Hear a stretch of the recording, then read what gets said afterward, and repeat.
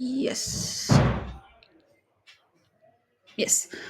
Okay. So, LinkedIn content strategy, right? We have uh, in the previous contentment sessions, wherever we have spoken about LinkedIn in terms of how to never run out of content ideas, how to build a personal brand on LinkedIn. These were the sessions we have spoken about, and I have brushed over the fact why you should be posting on LinkedIn. But I've hosted challenges, a couple of challenges where I have given you the topics and the people have like posted on LinkedIn, but it has never been a whole strategy thing, right? Ki why you should be there, what you should be posting about, how do you come with topics yourself based on your end goal on LinkedIn. Now, my purpose of being on LinkedIn might be completely different from your purpose of being on LinkedIn, right? So, how do you strategize the content for yourself? Uh, is the main topic of today's session.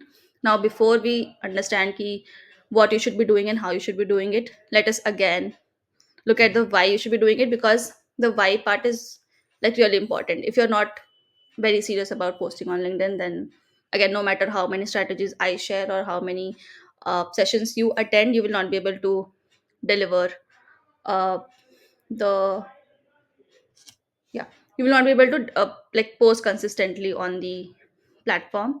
So the basic thing is LinkedIn is a business first platform. I'll give you an example. So a lot of people say that whatever, like hangout where your ICP is hanging out. If you're a script writer, you should be posting on Instagram. If you are a personal branding strategist, you should be posting on uh, LinkedIn and things like that. But even like brands who want script writers, they are posting hiring post on LinkedIn, right? So standing out on Instagram is okay, matlab people can DM you there, but when they're actually looking to hire someone, they put a post on LinkedIn. Everybody who you want to sell to or somebody who wants to hire, because LinkedIn was originally a job platform, it has slowly evolved into a social media platform, but as always, it will remain business first. So, freelancers, solopreneurs, entrepreneurs, startups, businesses, unicorns, every single person who is hiring or who wants to hire, or even us, right? We want to sell our service, or maybe we want to sell a product. Um, if we are not present on LinkedIn, then we, again, it doesn't harm us, but by being present on the platform, it is a very good add-on, right? So the example I was talking about, one of my friends recently got a brand story inbound lead. So someone was asking for her to create brand stories, and they have been following her content for over a year. So they messaged her saying that we had you in mind for more than a year now, and we just wanted to, like, whenever the need came, we knew that we will want to DM you and ask you for your services, right? So you never know who is watching, you never know. Again, because they were looking for a script writer, they could have hired someone from Instagram, but because hiring is a professional business term, so maybe they really wanted to hire someone from LinkedIn, right? So again, I'm repeating myself, but if you're selling something, or if you have uh, even if you're doing a job, right? If you're in the professional uh, space, then being on LinkedIn becomes non-negotiable. um, Earlier, if you see, like 5 years ago, LinkedIn was only I got hired, I got promoted, this is what, starting a new job. Right now you see that, okay, I got engaged, here's what I learned, maybe here's my pet is my coworker, all of these things, right? Because people are also building their personal brand on LinkedIn, which again makes them stand out. But how do you actually stand out? You consistently share your knowledge. You might think that, okay, I'm a beginner, I don't know, I don't think I have value enough to share. But you can share your day to day activities. You can share what you're noticing, maybe a new experiment that you're trying, maybe somebody else. Maybe you're questioning, okay, Nikita shared this strategy, and I don't agree with her. So you're questioning my approach, and you can just create a LinkedIn post out of it, right? It shows that you think, uh, you have the first principles thinking approach, and it shows your mindset, it shows your ability to question things, right? So um, when you consistently share your thought process, it also makes you stand out. um, your expertise, whatever service you're selling, whatever maybe products you are selling, um, you don't have to be like an PhD level expert to talk about it. You can just share your learnings, and you can share your mistakes, and you can share your uh, again experiments, and just basically in public you are sharing these things, right? um, and most important, and I cannot stress this enough, is your story. When I started posting on LinkedIn, I was only talking about, okay, I have an MBA in marketing, I'm a content writer, I know how marketing works in content, right? I was literally milking this fact that I have an MBA in marketing, even though I've never actually used it. But that is what I was trying to do. That kind of stood out. I've also used the fact that I was in a sales profile. Now I'm a content writer. How the sales aspect of things help me sell B2B content better, right? um, Other thing is maybe what I learned from a 1 year of freelancing journey. So all of these journey posts I like to share a lot. Maybe you just need to find your unique story. um, Tenzing is a journalist. She can use that. Ritvik has a GTM. Ritvik was a chef. He can use that as a story and how it helps in his GTM strategies, right? So pick your personal story, why you stand out, how. So basically, for example, I write B2B blogs, X person write B2B blogs. How does the hirer differentiate between me and him? Number of clients, uh, uh, hours worked, the results, all of these are there on the face value of it. But how do you work? What is your personality? Will I have the convenience of working with you? Will you deliver me projects on time, right? All of these things come, people can judge basically from your post. I think I've spoken about this in the personal branding session in detail. I'll share the recording of that as well. um, so you get the point, right? Your story makes you unique and it makes you stand out, right? But how do you put your story out? Because we're talking about a strategy, I've tried to use this funnel method. Again, it does not necessarily mean, because again sales doesn't happen in a very uh, straight way, like पहले tofu होगा फिर mofu होगा फिर ही bofu होगा. It's not necessarily like that. But to make the understanding easier, I've picked this framework, okay? So top of the funnel content is where you share authority building content. Middle of the funnel content is where you give a lot of value to people to show that okay, you know your stuff. And bottom of the funnel content is where you actually put your CTAs and you sell, like basically tell that okay, I'm selling this, this is how you buy this service from me, right? We'll get into all of this in detail. So top of the funnel is basically authority building. Here is where you share your personal stories, you share your insights, maybe you share your observations, right? Top of the funnel is basically you're speaking to a lot of people, you're not addressing someone or something in particular. A lot of people relate to your content. So that is why personal stories, right? Personal stories make things relatable. Maybe you can talk about your first attempts, maybe you talk about a time you were confused. You talk about decisions that you have been taking. So I decided to quit my job and I started freelancing. That is the personal story stuff. Contrarian insights is also very, it makes you stand out basically, and it also speaks to a lot of people. So for example, a lot of talk on LinkedIn is you should not be using your pictures. It's not social media. But if you believe that okay, using your pictures help in the reach, and that is ultimately why you are here, then you can put key 90% of the people say.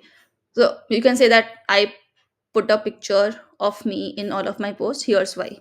So people will see okay, she has a different take, people will want to engage with your post, right? So that is the whole idea of standing out. Industry observations, again, if you say that you don't have proper insights, you don't know what content will look like in 2026, you don't have to know. You can just post what you have been learning. So what I have seen personally is a lot of SaaS clients are batch creating content. They are like using AI basically. So they are posting maybe 600 articles in 3 months. They're outsourcing content. They're okay with AI content as long as it's edited properly. It's something I've not posted about, but when I was like thinking about it, I'm like, this is something I can write about, right? So it's an observation that even SaaS clients are mostly looking for to build content pillars on the website, and whatever insights you think is right. Again, you don't have to be 100% correct. You learn by making mistakes. So whatever you think is right, you can just post about it. People will contradict you in the comments, which is again completely okay.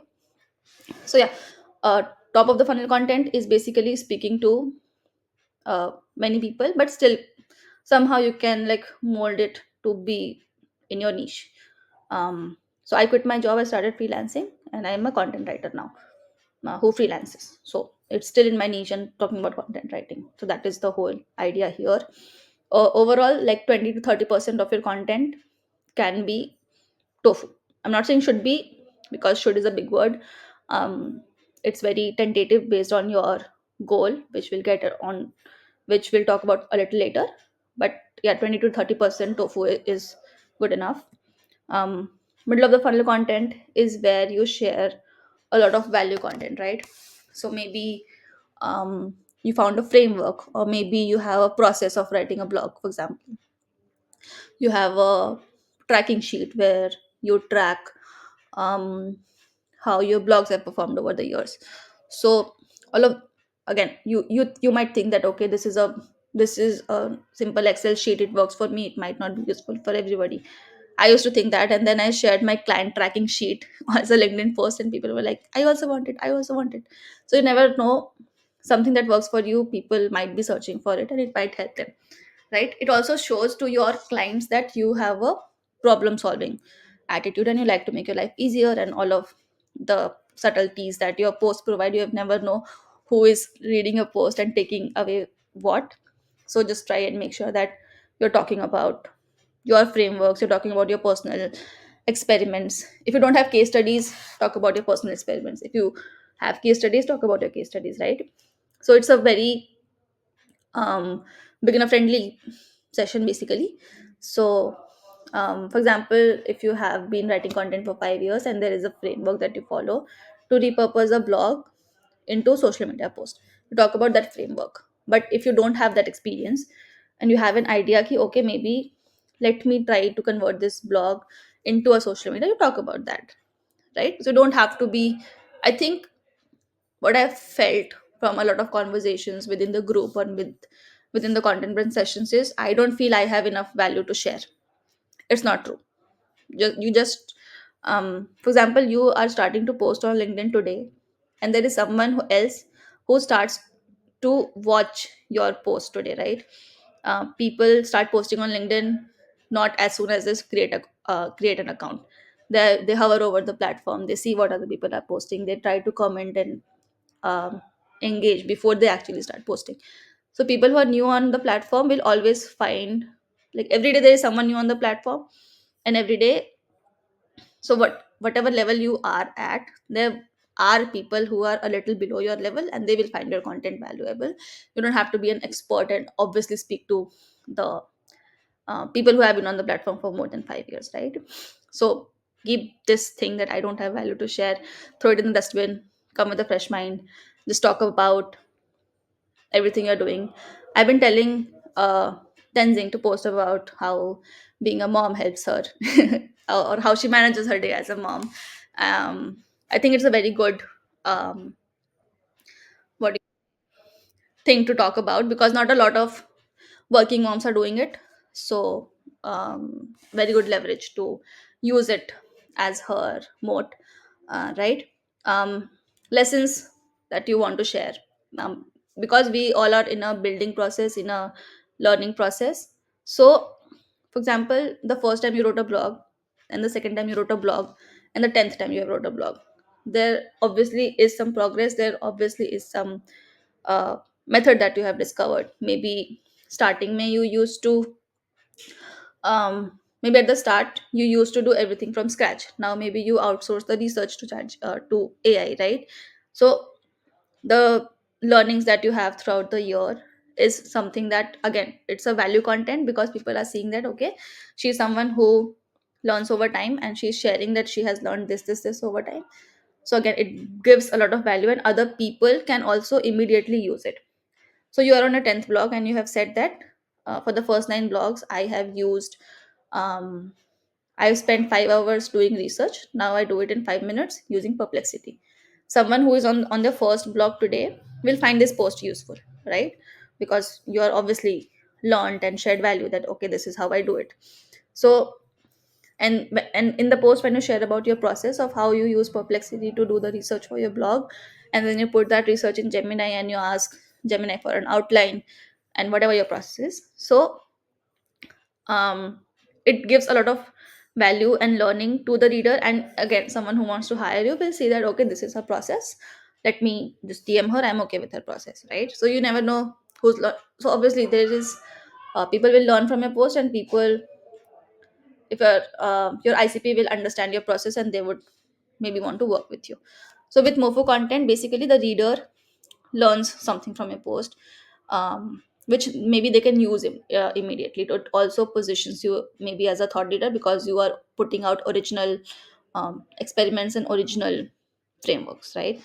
So this is where a lot of providing value happens. So 60% of your content is MOFU content, right, where you just talk about the work that you're doing. Next is bottom of the funnel content, is basically posts with your CTAs. So you can say reply to this post, or maybe reply uh, personal branding and I will DM you with my quote, or maybe you can say DM me something and I will let's get on a call, book on a call, here's my discovery link. All of those things are bottom of the funnel content. Again, if you're doing a TOFU content, CTS will be there in every post, right? You can say ki, what do you feel, what do you think, how was your 2025? All of these are CTAs to comment.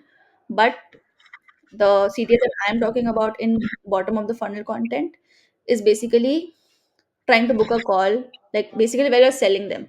Maybe you try to ask them to book a call, or you ask them to DM you something, things like that. So that is the difference between these two. What should be the mix of it? If you speak a lot of TOFU content, you become an influencer, because it is, you are only giving top of the not top of the you're only giving insights, you're giving personal stories, right? You're not actually sharing much value in TOFU content. So a lot of gyan makes you an influencer. But if you're sharing a lot of bottom of the funnel content, it becomes too salesy, right? We don't want to come off as either of these. So we pick a balance of maybe, let's say, 20% tofu, 60% middle of the funnel content, and 20% of the bottom of the funnel content. So maybe as a service provider, your bottom of the funnel content can look like, here's my blog writing process, um, which is kind of MOFU. But then again, and in the CTA, if you say that book a call with me, it turns a bottom of the funnel. Now, if we look at all of these details, it becomes very complicated, because I said that the funnel is not very straight and it comes with a lot of ifs and buts and nuances. But just to simplify it, don't think that okay, my third post is a tofu post, but I cannot add a CTA. If you feel like adding a CTA, if it relates to your story, add a CTA, doesn't matter. Okay, it's just a number to keep in mind, so that when you look from a macro perspective, you see that okay, throughout the month I have distributed so and so content, and I think my strategy is there. You don't have to be super strict, super micro about it. You can, at the end of the month, you can just look back and see, or when you're planning your next month, you can just see that you have distributed the three kinds of content throughout in a rough percentage, right? um just earlier, just a second, let me uh yes. So yeah, I was saying that our LinkedIn strategy depends on our goal. So my goal, for example, on LinkedIn is to build my personal brand. A person who is starting today, their um, Their goal could be to get clients. Maybe somebody starts a startup tomorrow, and they're uh, a D2C startup tomorrow, and their goal is to sell their product or find an investor. So there are different goals, and the strategy and the percentage of the content distribution depends on their goal. Again, there's no perfect ratio. Mix and match, see what works best for you. But here's a starting point that can help you at least get started for the next 3 months, maybe. um, Again, I'm not saying that pick a goal and it will be your goal for LinkedIn throughout your life. My goals change every month. Last month I was looking for newsletter subscribers. My goal was to get 125 subscribers, so I was talking a lot about newsletter content. This month my goal was to sell ebooks in January to become to build a base, so I was talking a lot about LinkedIn content and how I help LinkedIn or how I know LinkedIn. But then I realized I don't want to sell ebooks, so I've changed my strategy and I talk about a lot of stories. So pick your immediate goal, which, for example, is getting clients for the next, let's say, 60 days.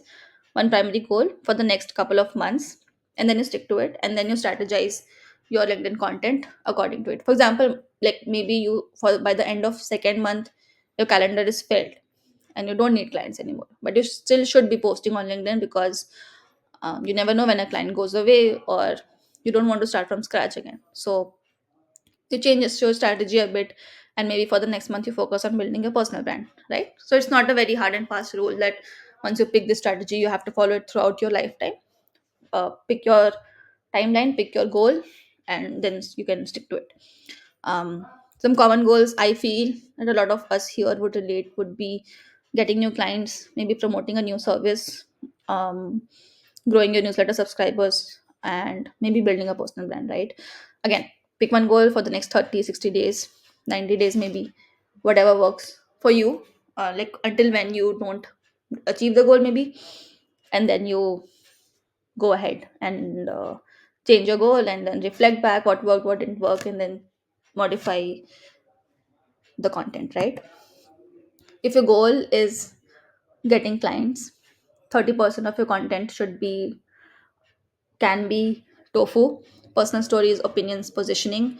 Because, as I said, I am a blog writer, X is a blog writer. What differentiates me from her apart from my client list? My personal stories, how maybe I have an MBA, she doesn't have an MBA in marketing, right? So things like that. If you don't talk about it, how do people know? Tofu content also helps in visibility because it is speaking to masses. A lot of people are relating to the content, they're commenting, they're sharing, your impressions are increasing, and it's reaching more people. So you need minimum at least 20% of tofu in your content. You can like up and down the percentage. Middle of the funnel content, 50%, where you talk about maybe your blog writing process or your thinking process, or how your processes have evolved over the years, what lessons you have learned, what mistakes you have made, right? Things like that.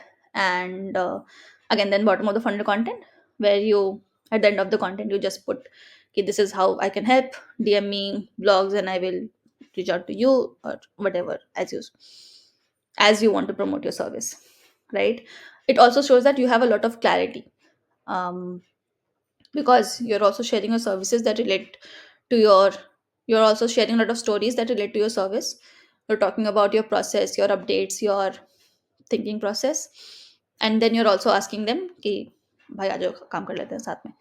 So this could be one of the strategies that you follow if your goal is to get clients. Again, if your goal is to maybe promote a new service, um, tofu 40%, because again, as I said, that tofu brings you visibility. So if you're not visible, you will also need to be visible to newer set of clients because it's a newer service. So a lot of relatable content that um, somehow talks to about your service. For example, if I was, when I was promoting my newsletter service, I don't actually like promote it, but um, when I was doing it, I just share how I started writing newsletters, right? I just wanted to write longer LinkedIn posts, and blogs were too long, LinkedIn posts were too short. I wanted a middle ground. So I started my newsletter. I have grown it from so and so in so and so months. um, so now if so this is a story post, it's a tofu post, a lot of people will relate, or they will look at it. Now if I add a CTA key, I'm looking for my first newsletter client, I would like to help you, maybe offer a discount. So then it becomes a BOFU post, but let's not get into the technicalities. So yeah, so 40% of the content is tofu post, where you are sharing your story because you're also attracting a newer audience for your new service. Mid of the funnel content is educating people the problem you solve. Maybe your new service is LinkedIn personal branding. So you talk about earlier your service was script writing, now it has evolved to LinkedIn personal branding. So talk about the importance of LinkedIn over Instagram, right? You are educating people ki why you should be there on LinkedIn. What I'm doing in this session is basically educating you guys why you should be posting on LinkedIn. So educate people, show them FOMO, show them this is what they need right now. And then the bottom of the funnel content is where you share use cases, or maybe an outcome of an experiment that you did. I did a post this morning where I said that I leveraged one of my LinkedIn viral posts and I got 150 subscribers to my newsletter. So this is a BOFU post because I'm telling what worked for me. It's a use case of a LinkedIn viral post. And I didn't add a CTA, but again, it is a BOFU post because I'm talking about a case study or a result, right? You're not actually um so basically this is how you would go when you're promoting a new service. Top of the 40%, middle of the funnel is again 40%, and bottom of the funnel, once in a while you can just say that DM me to know more and things like that. um, if you want to get new newsletter subscribers, it depends who you're who you're attracting. So my newsletter, most of us are freelancers who have been attracting, but going into 2026 I want to attract more founders and solopreneurs. So again, I would talk about how I built the newsletter and what my newsletter is about, but I would also talk about how my mindset has shifted from just being a freelancer to looking at the whole thing from a more business perspective, right? So it is just an example. I've not really thought this through, but top of the funnel content, maybe 30%, where I talk about stories of the starting of the newsletter, or maybe an opinion about why you should have a newsletter, or maybe why you should subscribe to my newsletter. Middle of the funnel is where you give enough value that they want more. So I do this a lot, where whenever I post a newsletter which I think is valuable, I talk about it 50% in my LinkedIn post.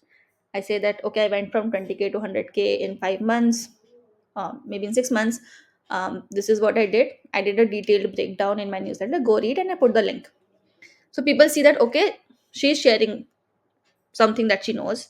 I have gotten like enough value here, but I want to know more. Like you make them feel FOMO, and then they are like, what am I missing? And then they might go to the newsletter, and they might think that okay, सब कुछ तो LinkedIn post में ही था. But because you're creating that sense of I have talked about it in more detail in my newsletter, so people just go and like read your newsletter. And then bottom of the funnel is where you maybe say that mm, exactly why. For example, you can say that my LinkedIn post gets lost because a lot of people are posting on LinkedIn. If you subscribe to my newsletter, you will see me in your inbox every Friday 11:07 a.m. So you have given them enough reason to subscribe to your newsletter because they have seen enough value in your MOFU post, and they have seen your MOFU post because your post reached them through the top of the funnel post. Am I making sense? Like, is it getting confusing? Tofu, MOFU, BOFU? समझ में आ रहा है? ठीक है, नहीं आ रहा है तो you can note your questions. We can like, revisit these slides at the end. um okay, awesome. If your goal is to build a personal brand, which is my personal goal somehow, it has become now. Yeah, so I share a lot of personal stories, right? I went on a trip recently, I've spoken about that. I was doing my 25-year reflection, I have spoken about that. I have um, recently और क्या story share की है. So all of these stories, right? So My Again, this is again my strategy, which I'll again come to it a little later. But if your goal is to build a personal brand, your main aim is reach, where you talk to a lot of people, you reach a lot of people, and you increase your followers. And you increase your followers by sharing relatable content. So your top of the funnel content is 50%, middle of the funnel content is 30%, because people need a reason to follow you. Of course, they can be inspired by your stories and it reaches more people. But if people don't see enough value once in a while that you provide, why would they stay, right? They might easily unfollow or block you or whatever.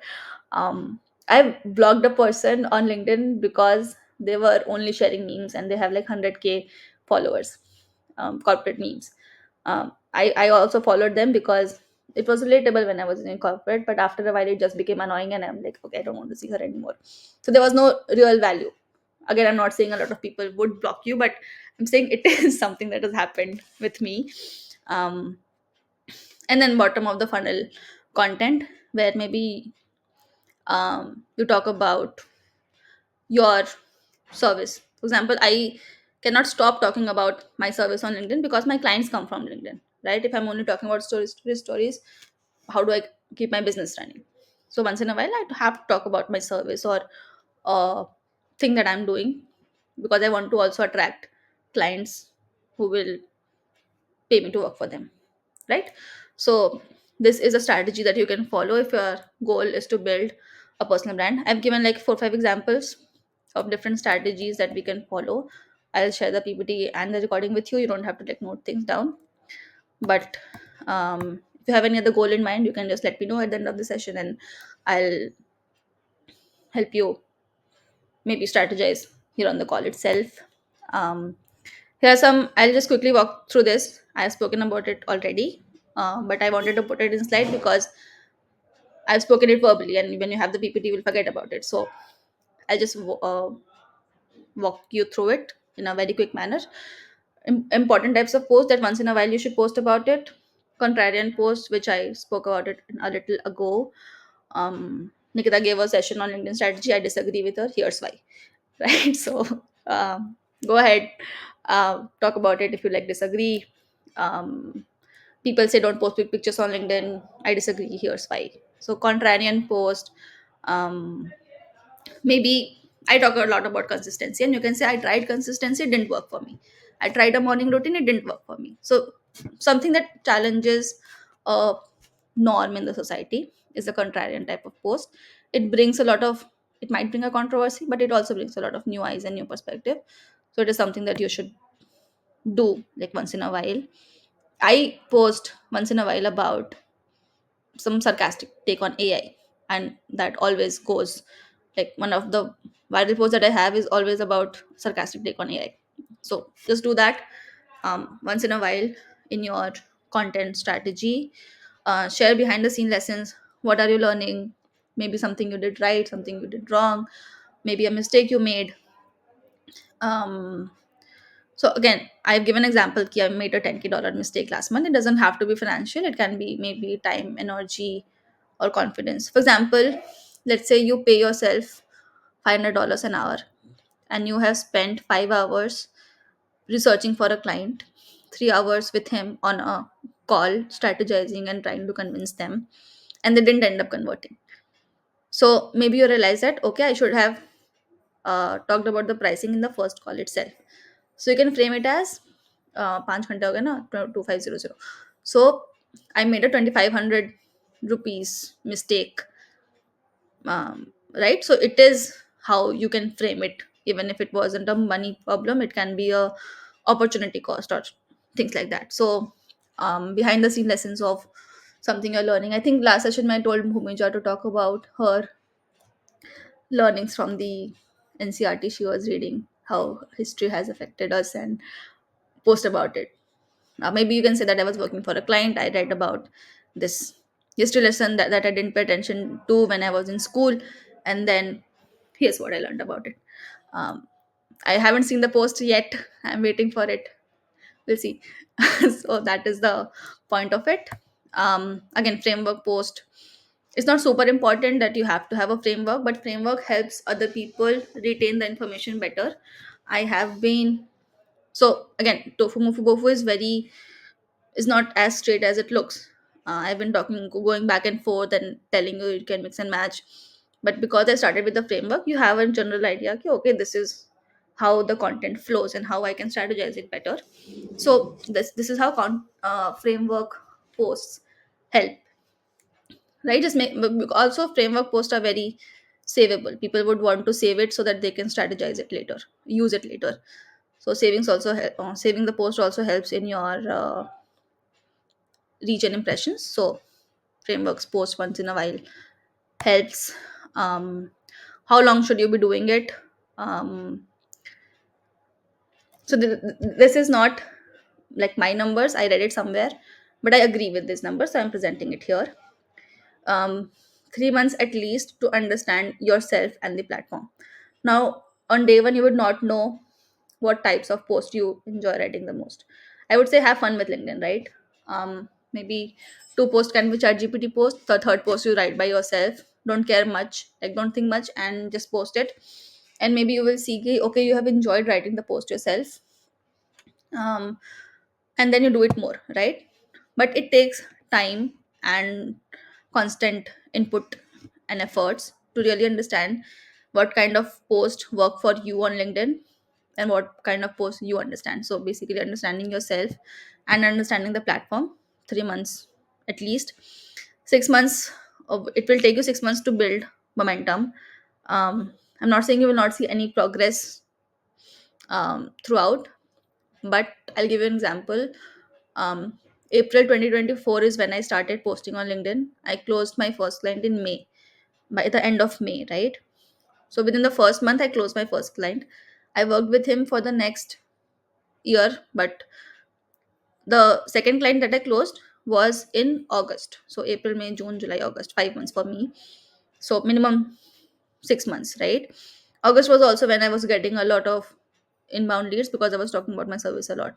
So I'm not saying closing your first client or something like that will take a lot of time. You cannot think, okay, my first inbound lead will come only after 6 months. It depends on your reach and your post and your story, but just a rough number here. 6 months to build meaningful momentum, and then 12 months for consistent business results. I've been posting on LinkedIn for 18 months now, and I've realized when I was looking back, what is my strategy, I realized that I till date my primary service is blog writing, but I've not spoken about blogs in like 6 months as a post, right? So but LinkedIn still gives me consistent um, inbounds and queries asking about my services, right? So this is something that maybe you can keep in mind when you start posting on LinkedIn. um, Minimum postings frequency, I would say, is 3 posts a week. um, Again, you don't have to do one tofu, one bofu, one bofu. If your 3 posts a week means 12 posts a month, 12 posts a month में अगर 20 60 20 divide कर लेंगे तो देख लेना कितना आता है. Not very good at maths. um, and then you see that, okay, in the whole month I have to do 4 posts in the top of the funnel, 6 posts in the middle of the funnel, and then four posts again in the bottom of the funnel. You don't have to be very specific about each week ka strategy. You can just do an overall month strategy, right? um, this is last slide, I guess. Yes, my content strategy. um, I don't have a strategy as such to say. But yeah, as I said before, my goal on LinkedIn is to build a personal brand. I mostly share what I feel like sharing, but looking back, I realized that I love sharing stories. So 50% on an average, not exactly 50%. 50% of my content is stories. What I am doing, what I was doing, how my parents reacted when I quit my job, um, how I cried in front of my manager, how I lived alone 15 days recently, what I learned, things like that. So a lot of story content is my top of the funnel, which is 50% of my post. Then I talk maybe around 30% about my passion projects, which is I would talk about a content brunch that I hosted, LinkedIn challenges that I'm hosting, maybe a new experiment that I'm doing. um, I recently DM'd a lot of founders asking what is the content gap that they are facing, right? So a lot of people said that distribution, they are struggling with distribution. I was not trying to sell them something, but I was just wanted to ask maybe a 2026 direction or something. So this is something that I've noted down as a LinkedIn post idea, right? It was an experiment I did. I spoke to these people. So maybe 30% of my content is around the things that I'm doing, and then 20% of my content is newsletters, where because I also want subscribers to my newsletters. So once in a while I share a LinkedIn post where talk about what I spoke in my newsletter, add a link to it, and then ask them to subscribe to my newsletter, right? Again, I don't think I've explicitly asked people to subscribe. I've just said that here's what I have talked in my newsletter, go and read. So that works for me. uh, it depends on you how you want to, like, pick your primary goal basically. TLDR, I should have added here, I didn't add, but I will just speak it out now. Pick your goal for the next 30, 60 days maybe. um, then think, uh, then maybe you can pick one of the strategies from here. um, 30, 50, 20, it doesn't have to be strictly this percentage, but maybe when you look on your next month's topics or your previous month's topics, just you can be like happy, okay, okay, like I have spoken about this topic enough. Maybe you have spoken about your service 100% of the time. You have posted 20 LinkedIn posts, and all of your posts have talked about your service, right? Maybe you can throw in a personal story once in a while. So just see, tweak that in your next month, and see what works basically. That is the overall thing. I think I've spoken for so long. I'm tired, guys. Now you guys speak. You guys can ask questions. I'll stop the recording now, and we can do the Q&A. Thanks, guys, people who are watching.